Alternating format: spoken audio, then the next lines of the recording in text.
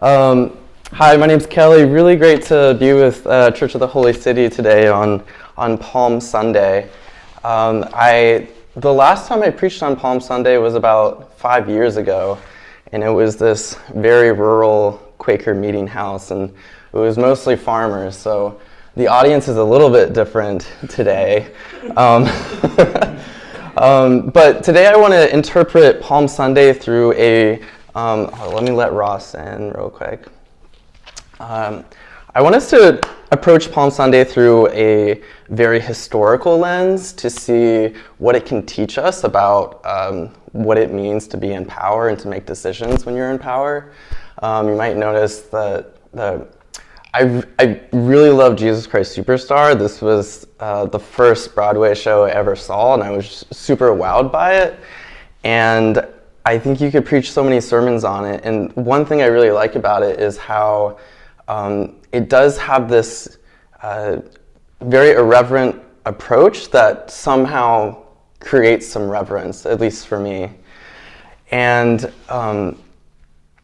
one thing I would like to say about approaching the Gospels through a very historical lens is that these are not meant, the Gospel writers did not mean for these to be historical documents per se.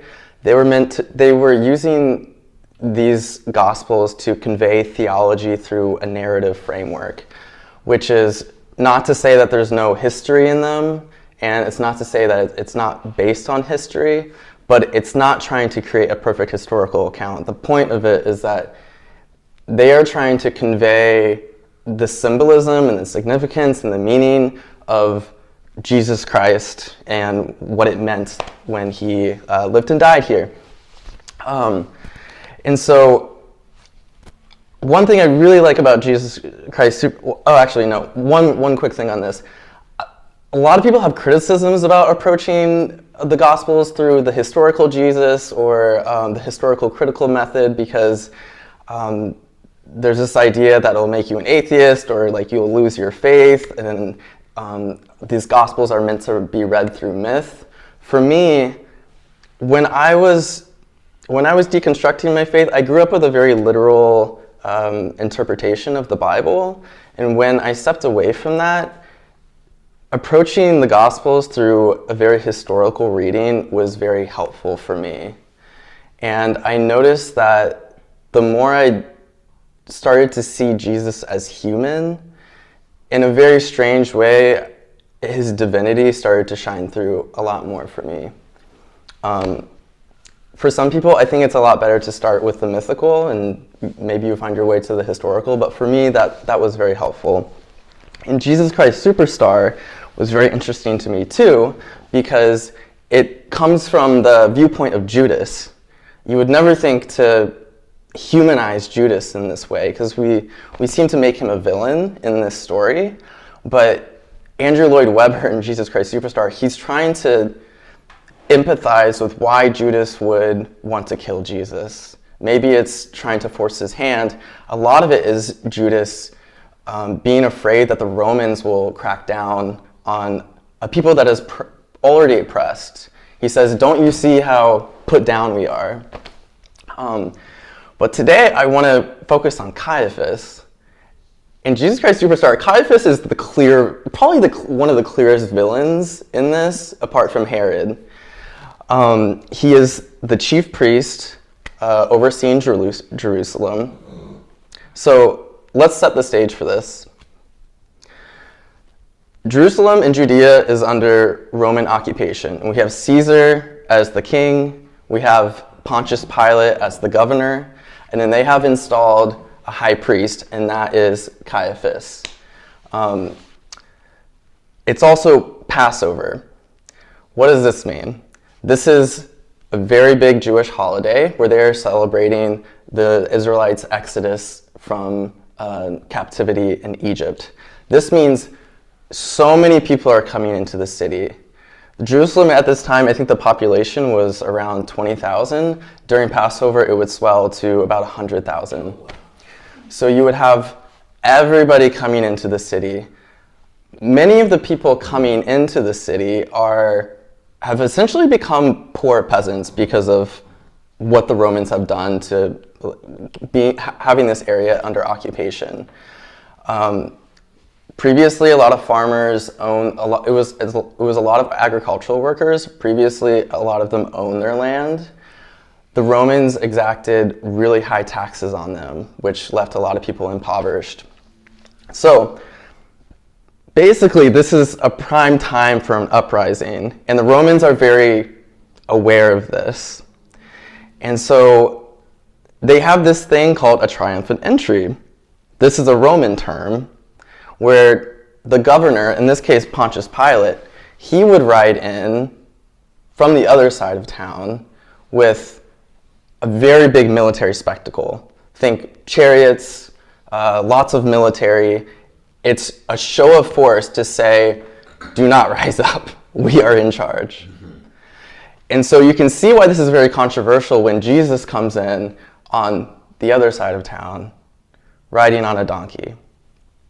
The donkey has biblical significance too, and cultural significance, where scholars say that it was customary at the time, if a king was coming into a foreign city on peaceful terms, he would ride on a colt or a donkey.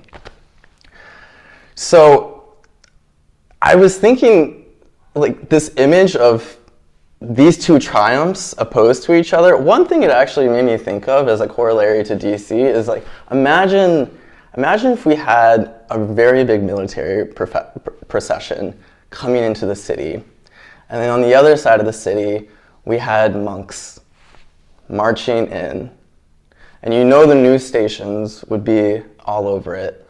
And it would be very embarrassing for whoever is in charge of keeping peace in this city. So in this case, Caiaphas is seeing this. This is very embarrassing for him. It is his job to make sure that nobody rises up. And so he has to make a decision. What do I do with this Jesus character? And he decides he wants to kill him.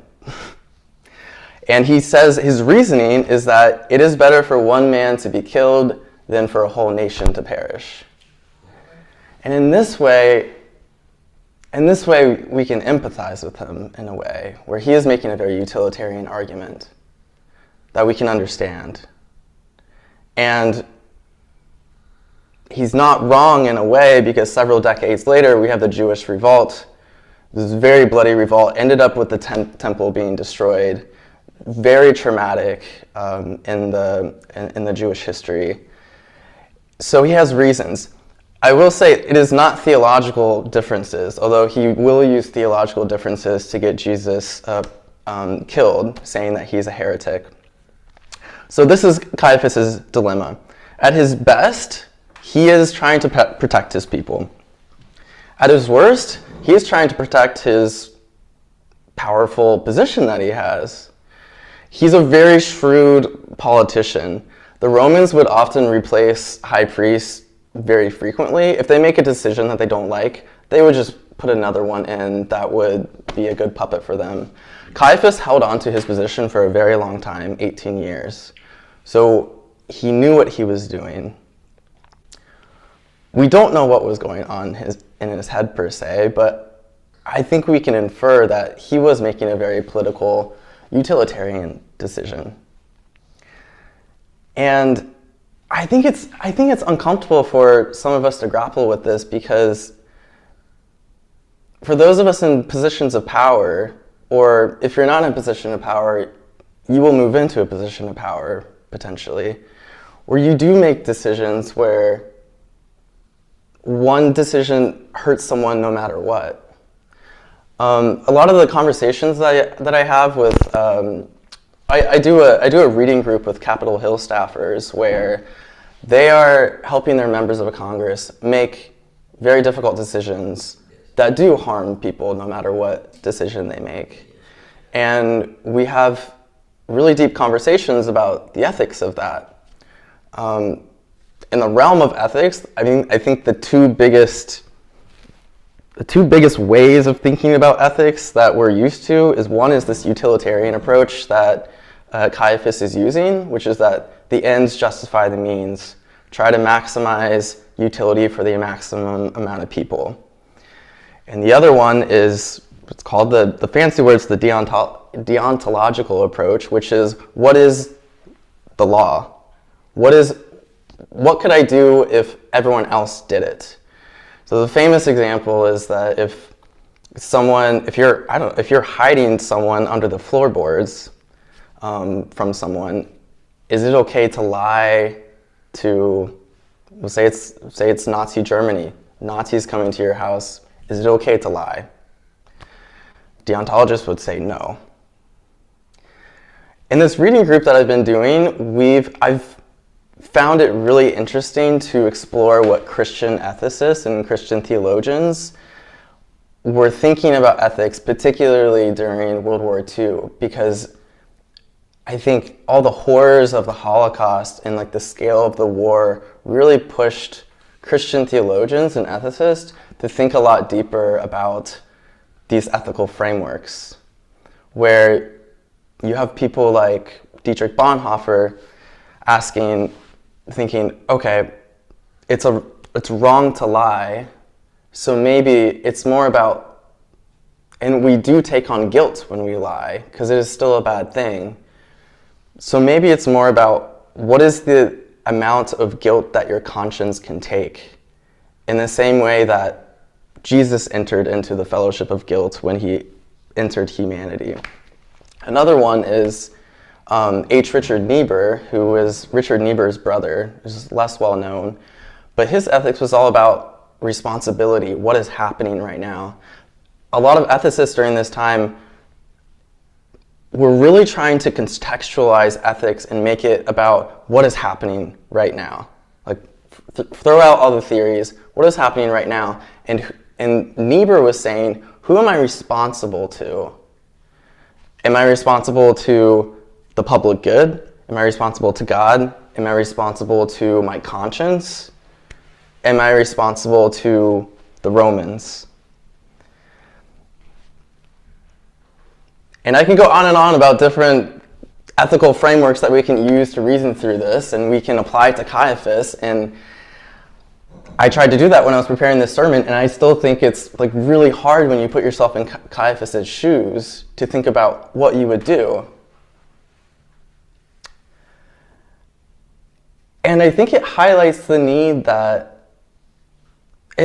that these frameworks can take you so far. Reason can take you so far. But after that, you're stepping into the realm of faith and hopefully spiritual intuition. We don't know what Caiaphas's interior life was like. We don't know if he was dialed into spirit. Maybe spirit was leading him this way. Maybe this was part of the plan. I don't know. But I think for me in my life, that is increasingly what I lean on when I have to make difficult decisions, is living in that space of discerning. In this, as Rich and Sherry and I have been preparing for this spiritual entrepreneurship workshop, we were trying to think of like what is some of the most like important things we can like be doing when we're building something. And Rich said, like, always be discerning, always be discerning, always be discerning. And it takes kind of living in that in-between space. It's hard to explain, but when you're in it, you're in it. And I don't have very good answers for all of this, but I will go to Q&A now.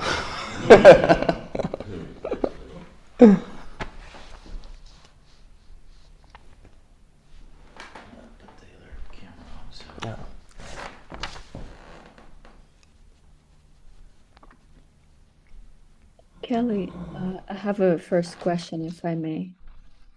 What did you mean, or could you clarify more what you said that in understanding Jesus's humanity, you were able to appreciate his divinity all the more? I'm very curious about that concept.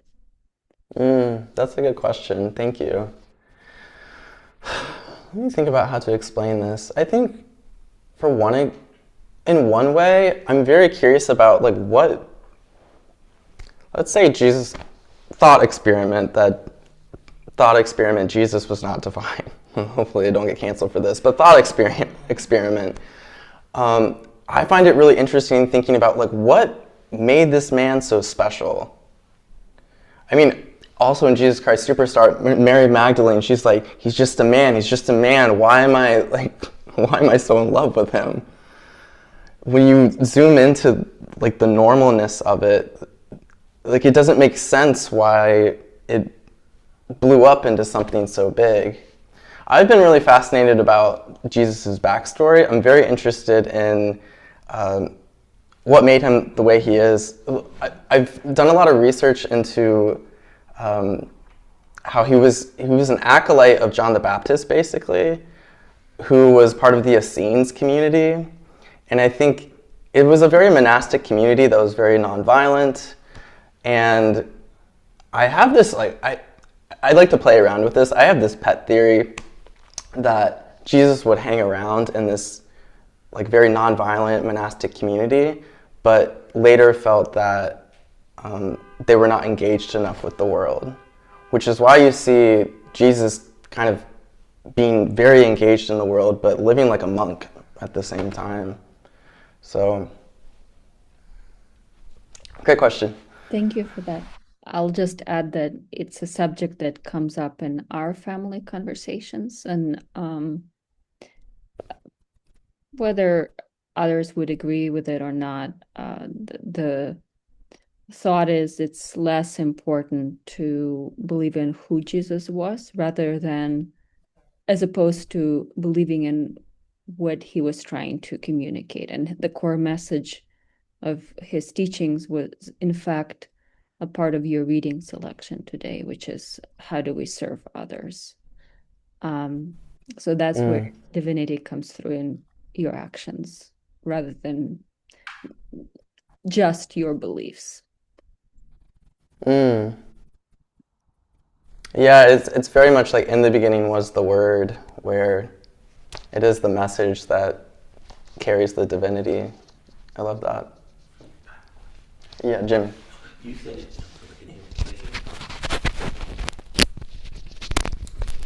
You said you were approaching it from a historical point of view, but as you were sitting there reading, I was wondering, do you think that Jesus was aware that he was going to be crucified and that Pilate had something to do with it? Because you mentioned Pilate, and he was the high priest, and he's the one who called for Jesus' crucifixion. Am I right or wrong? Yeah. Okay. Do you think he was aware of Pilate's feelings about him? Is there something historical, since you said you were approaching it from a historical point of view? You were saying like Pilate. Good. Yeah. Pilate had reservations about Pilate didn't want to kill him. Caiaphas really did. But so Pilate had played a role in it, or he did not in the killing of Jesus. You're asking if Pilate played a role? Right. In terms of knowing that this was about to happen. Yes. Yes. And he tried to wash his hands of it. Okay. That now you understand my question. Okay. So, okay. Yeah. He fully understood what was about to happen, but he pretended that he had no knowing of it. Yeah, you're talking about Pilate. Yeah. I do think that's an interesting scene or an interesting way of thinking about it. This actually came up in one of our reading groups as staffers, where we were talking about the role of guilt when you're in a position of power and you have to make those kinds of decisions, where in the case of electing somebody, you elect a politician or a leader to make decisions for you, and you don't want them to follow all the rules if it means you're not protected. So then does that leader take on guilt when they make, should that leader take on guilt? Is he responsible for it because he was the one who said do it? What do you mean? In terms of what kind of guilt do you think he felt? Did he feel like, oh my God, this is going to happen and I know it's going to happen? Yeah, it's historical because you were approaching from. Was there anything in your readings that talked about the guilt from knowing that this was about to happen? I think Pilate is expressing reservations and does have guilt, but then washes his hands of it. So then the question is does he carry guilt from passing that sentence. But since you were approaching from historical, didn't your reading say that he had some kind of guilty feelings from it? I can see that. Well, I don't know what the historical record says on that so far, but yeah. No, that's interesting. Anybody else? Katie? I really liked your sermon. I'm still processing everything, but I also love Jesus Christ Superstar. Do you have a favorite version of the music? The 1974? Yeah, I really like that one. Yeah. Sorry, it's hard to say to hear what folks in the room are saying. Maybe Kelly, you can repeat it or give a mic over to whoever's talking. Hi, sorry. It was just a quick question. If Kelly had a preference on their favorite version of Jesus Christ Superstar. Yeah, I could just one thing to add to Jimmy's point was that as Kelly had described, there's the Caiaphas, who's you described it really accurately. You have the Caiaphas, who's like the religious leader, Pilate, who's the Roman leader, and but if you remember, Pilate's wife had a dream that told him not to do it. So warned him not to kill Jesus, and so then he comes out and then he offers. He wants a way out, so he offers Barabbas. So Pilate is very aware he's doing something wrong. Okay. So he offers Barabbas to the crowd, thinking Barabbas or Jesus, and they choose Barabbas. To do their... And they say, free Barabbas, not Jesus. So he was trying to get Jesus freed. So he's definitely feeling very guilty about it, and probably felt like he was drawn into it by squabble among the Jews, and so he wanted out. So that might, I think that might be the historic best we know. Malcolm? Yes, scholars have suggested that Caiaphas is made the heavy and Pilate is treated rather lightly, because remember that the Gospels were being written, the first three Gospels, at the time of the uprising against Roman authority. And so the authors of the Gospels did not want to put themselves in a position by accusing Pilate where they might come under severe repression. And that seems to me a rather convincing argument. I mean, we do know from history apart from the Bible, from history of the way the Romans ruled, that they had no compunction about crucifying people. Pilate crucified many hundreds of Jewish men who revolted against Roman rule. So I do find that argument rather persuasive.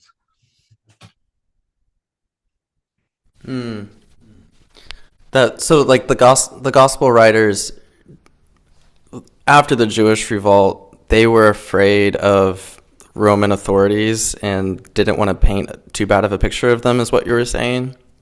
Yes, they were writing at that time in the 7th decade of the first century, and it would put them in harm's way to be seen accusing Pilate of having been the one who killed Christ or authorized. That's fascinating. Yeah.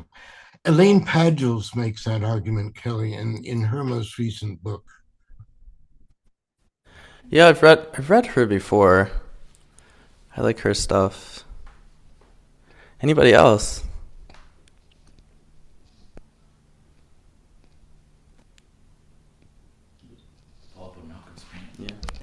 Just to follow up on Malcolm's point is that so the bad guys in the story end up being the Jews, and that for the reason that there's a theory, Malcolm's theory, that they kind of let the Romans off the hook and they blame the Jewish leaders.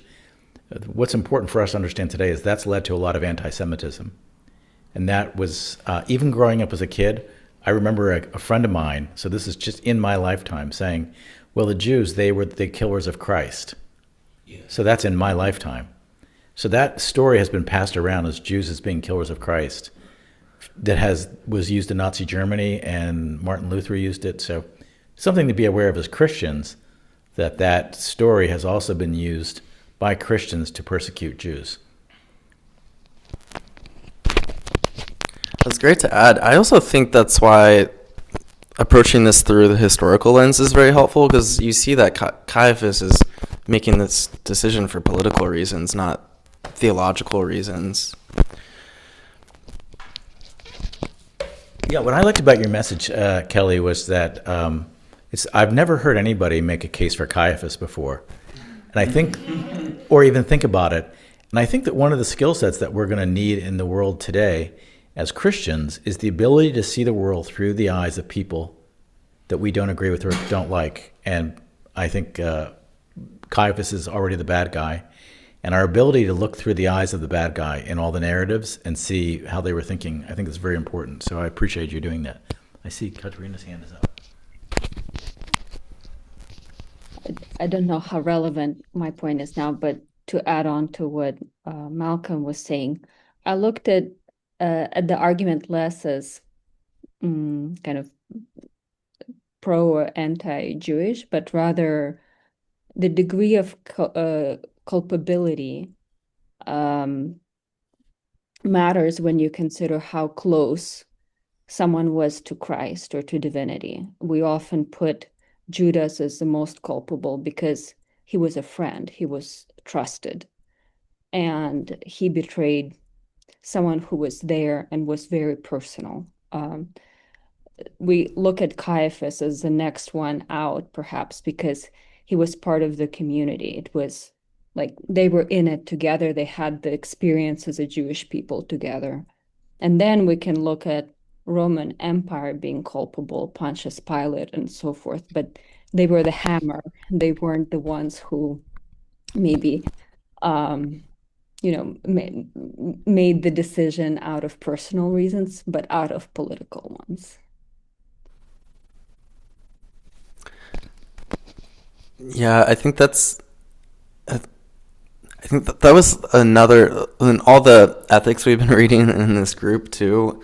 One of the developments, like later on in the 20th century, is like a much better understanding of like how ethics shows up in systems and structures, and how like a lot before that it was more about like, what do I as a person do, without really taking into account what am I as a person doing in this like context where I'm responsible to these various things, and or like I grew up in a certain place and I have these proclivities, or people have these incentives. So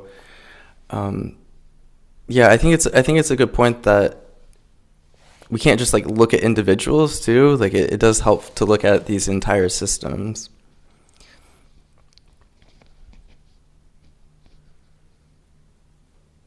At the end of the day, it's so messy. Like, Sort out who really actually called for this man to be killed. yeah.